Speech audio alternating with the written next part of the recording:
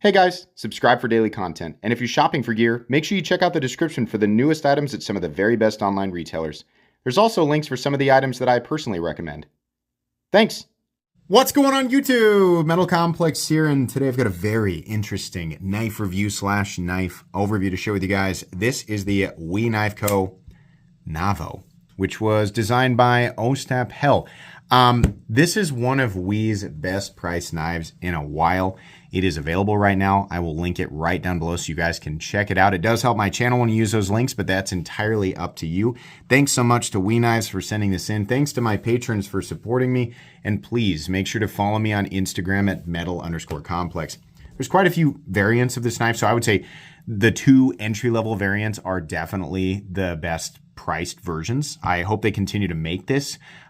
This is legitimately, it's like $50 to $70 less than what we normally expect from WE, and it's not a tiny knife. It's not a huge knife, but it's not a tiny knife. And I'll tell you why I think what I think. Let's go ahead and measure it. The overall length of the Navo is coming in at about 7.65. Can I squeeze a little more in there? 7.65 inches. Blade length is, let's call it 3.35 inches, and then your cutting edge is just shy of 3.25, just shy. Pretty good ratios, honestly. So let's go and do some size comparisons up against the Ontario Rat Model 1 and the, where are you? There you go. Ontario Rat Model 2. There we go. Definitely kind of in between, maybe a little closer to the Rat 2. How about the Civivi Elementum? I feel like that would be a good size comparison. So if you've ever thought the Civivi Elementum's just a hair small for me, that guy's going to be about the right size. How about up against the Demco AD 20.5? There we go. Up against the Spyderco PM2 and the Spyderco Para 3. This is one of those knives where it's really hard to judge the size of it. If you're just looking at a picture, even if you're looking at specs, it's hard to tell exactly how big it is, right? Up against the Benchmade Bug Out, very, very similar in size to the Benchmade Bug Out. And then finally, the Benchmade Griptilian, or in this case, the Ritter Hogue. How's the action on this guy? It's really nice. I really like the access to the lock bar. Look at that. That's just nice. Look how they did that there, huh? Let's say, hold on. Look at this. Look how they did this here. Yeah. Let's all look at this together. And they gave you plenty of access. Sorry, they gave you plenty of access to the there it is, to the liner lock, which is what this is. It's a titanium liner lock, which we don't see a lot. I really like that. Access here is great. It's chamfered correctly, and it's also textured, which means not only access, but getting the blade to fall down and catch your finger on the flipper tab is just really great. And then the flipper tab is just about exactly the right shape. You can even push button it because while it looks pointy, it's actually pretty well knocked down. And then it's also jimped for, I can't say for your pleasure. It's jimped for the appropriate way that you want to approach it with your finger. Oh, nope.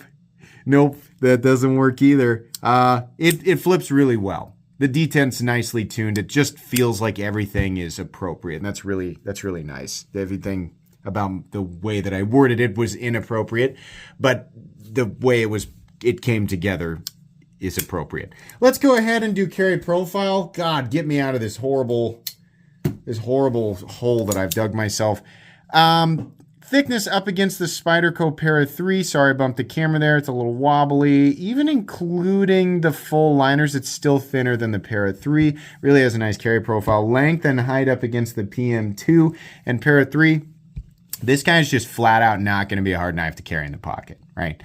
It is, honestly, overall length is maybe a hair longer than the Para 3. Nowhere near as long as the PM2, even including the flipper tab, nowhere near as tall as the hump on the Para 3 PM2. Really nice, easy to carry. Materials, we have carbon fiber, really, really nice looking carbon fiber. That's just nice.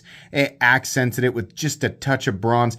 I think one of the weirdest things they did here is they're like, let's do, what should we do? Should we do the blasted look? Should we do bronze? Should we do blue? Let's do them all. Pick one. do bronze or do blue or do the whole thing with the, as far as I can tell, they just didn't, this version, the carbon fiber version, the different versions of this knife have the different accents, but this version with carbon fiber, they just did all three. Why? I don't really know. But man, this would have looked good if they had just done bronze. Heated bronze, right? Even if this is just heating steel, right? It's not, because this is titanium. But if you wanted to go bronze for the, heated bronze for the pivot and heated bronze for the steel screws, then fine, right? And then go bronze tie for the clip, backspacer, and liners. Man, that would have looked good. Or blue, right? Or all blasted. They didn't do that. They did all three, but okay, that's not really that big of a deal. But yeah, it looks good. So we have carbon fiber, then we have titanium for the liners. And every time I use my magnet, people go, just because it's not magnetic doesn't mean that it's definitely titanium, because there are other materials. I know that. But in the case of knives, it's generally only going to be one of a few things. So the magnet test applies, right? So just making sure that you know that. All right. Thank you. The liners are titanium. The pocket clip is titanium. The backspacer is titanium. Then we have some beautiful shadow box. Look at that. Subtle shadow boxing, meaning the liners underneath just sort of outline it just a little bit, right? Which is nice. Just creates a nice aesthetic. Really nice carbon fiber. And then we actually have, they always feel like WE is sort of mocking everybody with the blade stamps now, because for so long we were like, it's too big, like make it smaller. The blade steel is CPM 20 CV or M390, and I apologize, I can't remember which one it is. It's likely 20 CV because that's what WE Knives likes to use, right? It's essentially the same thing. CPM 20 CV is created by Crucible, M390 is created by Bowler, and they are almost identical in composition, save for some silicon content, some additional silicon content in M390, whatever. I just can't find the actual stamp. It's so small now that you just can't see it. They really listened to us. We said, no more billboarding. And we was like, fine, we'll print it so small that nobody can see it. But yeah. And just a reminder to people who don't know, it's not Chinese 20 CV. No, 20 CV comes from Crucible. They're getting this from Crucible. It's American 20 CV, and they're building these knives in China with this stuff. So, whatever your reservations are, right? If any of that makes you feel better, the blade steel actually does come from Crucible in the United States, but you can think about that however you will.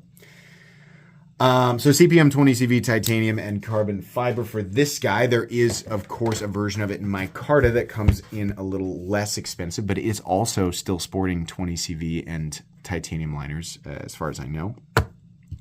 The weight, a magnificent 2.79 ounces. Really, really good ratios on this guy.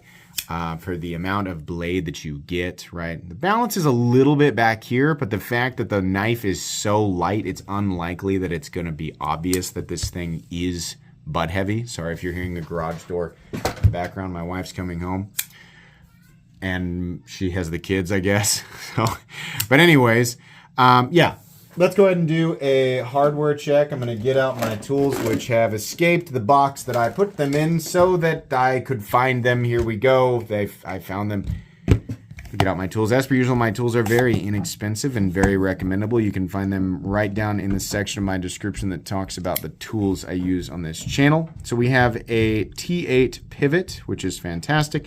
And then as per usual, we also have T8 hardware for the pocket clip and more T8 hardware over here. There's likely another screw underneath here going into the backspacer, at least one more, and that could be a T6. Not really that big of a deal. This is still very close to what I would consider to be minimal hardware, considering the extra screws are really not so much. Maybe one is integrity. The other one is really just a filler screw for the pocket clip, I think. Or, well, it's technically holding itself to the liner, right? But I'm going to go ahead and say this is basically minimal hardware. Very easy to take apart. Make sure you have the right tools for the job, and you should be good to go. Let's go ahead and get out the calipers, which I also didn't put back from the last video. So here they are. Blade stock thickness, most likely very thin. Very, very thin. We're actually coming in, wow, look at that. Nice thin blade stock. Let's go ahead and move into the meat and potatoes here. So this is an Ostap Hell design, and yes, it is another sort of folding steak knife aesthetic from WE, but that's okay. These are classic knife lines, and they work, right? As much as I like to see designs that are, innovative or just aesthetically different, even if they don't make sense from a utilitarian standpoint, I always kind of celebrate things that are wild and crazy and different. But, I'm still very much happy to accept a more traditional aesthetic when it comes to a knife, even if it is, our current knife market is massively oversaturated with those designs. I'm okay with that if it's done well and it has a good price tag on it. And this definitely does, which is crazy because usually that's not the case with WE knives. It used to be that WE was like, oh my gosh, can you believe that they can do that for this price? And then they got really popular and their prices went through the roof. For some reason, this guy, they're like, no, you know what? Let's put a reasonable price tag on that. I'm glad that they did, but hey, can we do that for the rest of your stuff? Because that would be really, really cool. Anyways, we got a couple of little bit of aesthetic sauce going on here. We got a fuller in here. We got a couple of additional, what I like to call drainage holes, right? Or aerodynamic holes, right? If you throw the knife like this, then it goes through the air faster because the air, I have no idea. I think it's really just, you could call it weight reduction. I think it's just because otherwise this area would be very boring. The edges have been chamfered down, which is good, right? So it makes these ledges a little less noticeable. Truthfully, ergonomically, this is very comfortable. All of the edges are knocked down enough, and the overall handle profile is thin enough that it doesn't really bother me. It's not an absolutely hand melting experience, but it's plenty comfortable. The pocket clip is nice and short. The edges are knocked down. It's very simple popsicle stick style clip, but it's fine. It works. Really, it's just great. And look at this. They extended the jimping out to here. I'm not sure why it's separated, but that's fine. Your thumb actually ends up in a pretty organic spot. It's really nice. The blade is a simple but very functional, fully flat ground drop point blade. This is great. We have a very thin CPM 20CV blade.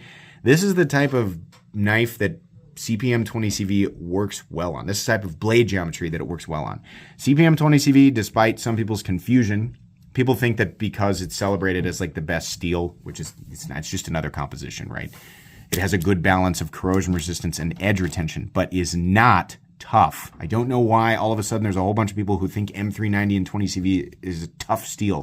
No, it's not. It's actually, when it's heat treated appropriately, it's actually pretty chippy. But it works well on a thin blade because it can, hold a really good edge. So if you have a blade that's nice and thin, right, something like this, flat ground, right, that you don't really expect to put through tasks that would require a lot of toughness, then you can really make use of the steel, right? So good edge retention, nice thin geometry, and good corrosion resistance too. If you have acidic hands or you like to cut things that would otherwise, they would cause other blade compositions to corrode.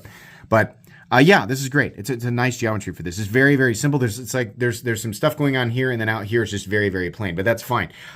We did a good job with the satin finish on this. I think it looks just fine. I think they would have really classed it up with a different finish. They have, what I wish they'd have done? I wish they'd have glass blasted this. Some people don't like that, but I think their glass blasting looks so nice. It ends up with this very consistent, almost kind of perfectly overcast sky look where you can't really see the texture in the clouds, and it's kind of got a little bit of subtle reflectivity to it.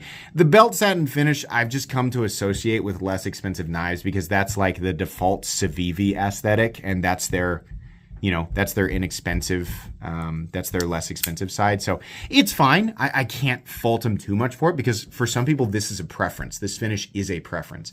And it couples well with CPM 20CV because the more polish a blade has, the better it can fight corrosion, that's true for any composition, right? If you bead blast 3V and then you take another blade and it's the exact same profile and you satin polish it or mirror polish it, those higher polishes are going to allow that exact same composition of 3V to fight corrosion resistance better, right? So you're just adding addition, whatever, getting into the weeds here.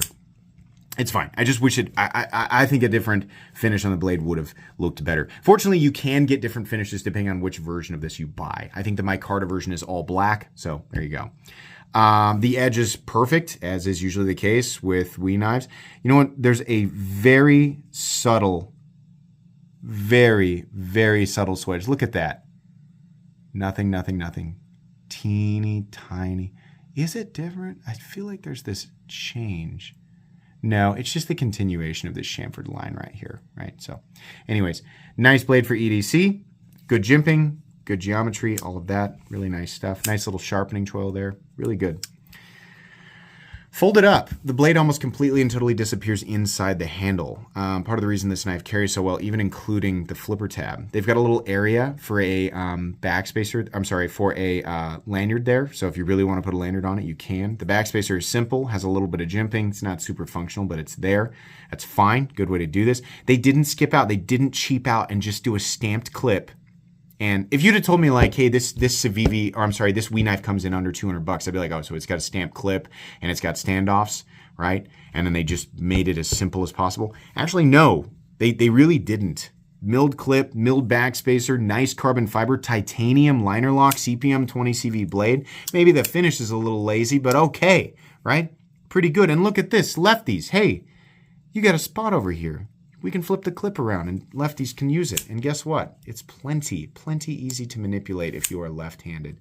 That's really nice. Bravo. Nice job, WE knives. In and out of the pocket, very easy. We've got a little ramp underneath the clip. And while this is sunk into the fuller, I didn't really notice that it was more pinchy than anything else that I consider to be a good sort of in and out of the pocket experience. A good in and out of the pocket experience. Boy, word choice. Yeah, carry depth is nice, just a little bit. It's about medium carry. The clip, like I said, it's not long, which is great. I mean, ergonomically, you just really don't notice the clip much. There is a steel lock bar. Wait, pretty sure there is. Hold on, let's be sure. I always try to check this stuff before the review, but then I've got so much knife information bouncing around in my head. Yeah, yes, I'm sorry, of course. You can see, let me get the light back off it a little bit. There you go.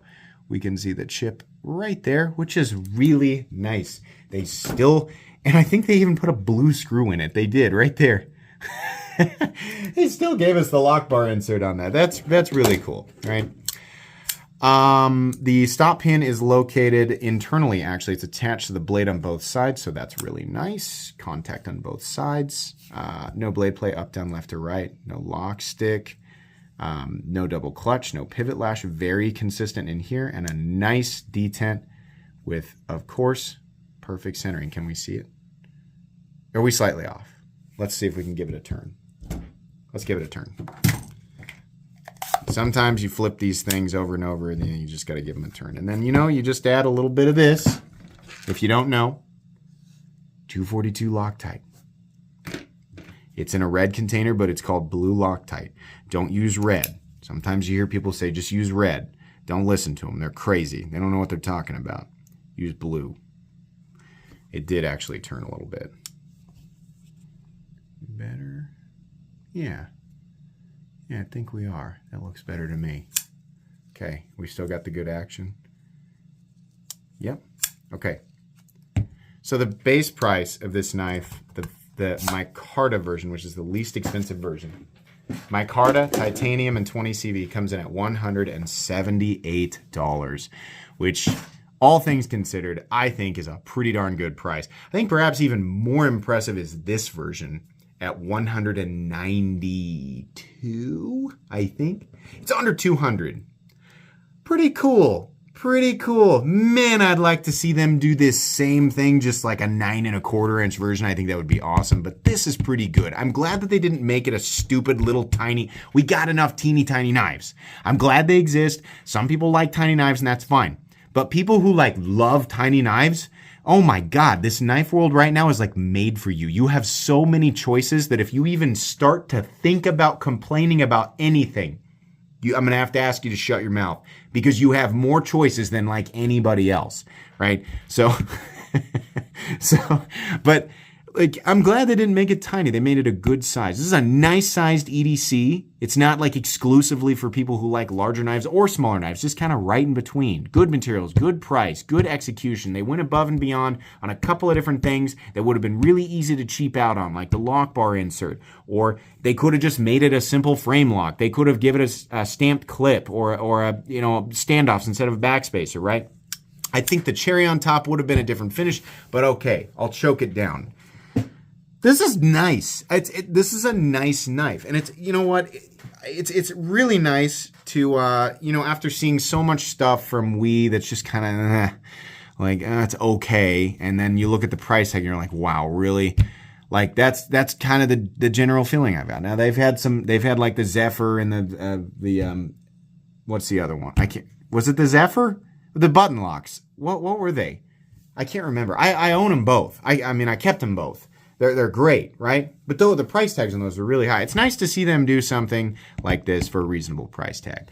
This is a recommendable knife. It's going to go in my most recommended knives playlist. Absolutely should check that one out. I think it's very, very good. Design, function, all of that stuff, execution, attention to detail. This really has it. It's a nice one. Nice release from WE and Ostap Hell. That's going to be pretty much it today, guys. Like I said, I will link this knife and all variations of it that are currently available down in the description. Please make sure to follow me on Instagram at metal_complex. If you enjoyed this video, leave a like. If you'd like to check out my other content, I do, of course, have lots of videos of knives that are either expensive or inexpensive that I do or don't like, so check those out. And if you enjoy all my content, go ahead and click on that Metal Complex logo right there and subscribe, because there's definitely more coming. Thanks again for watching, everybody, and have a great day.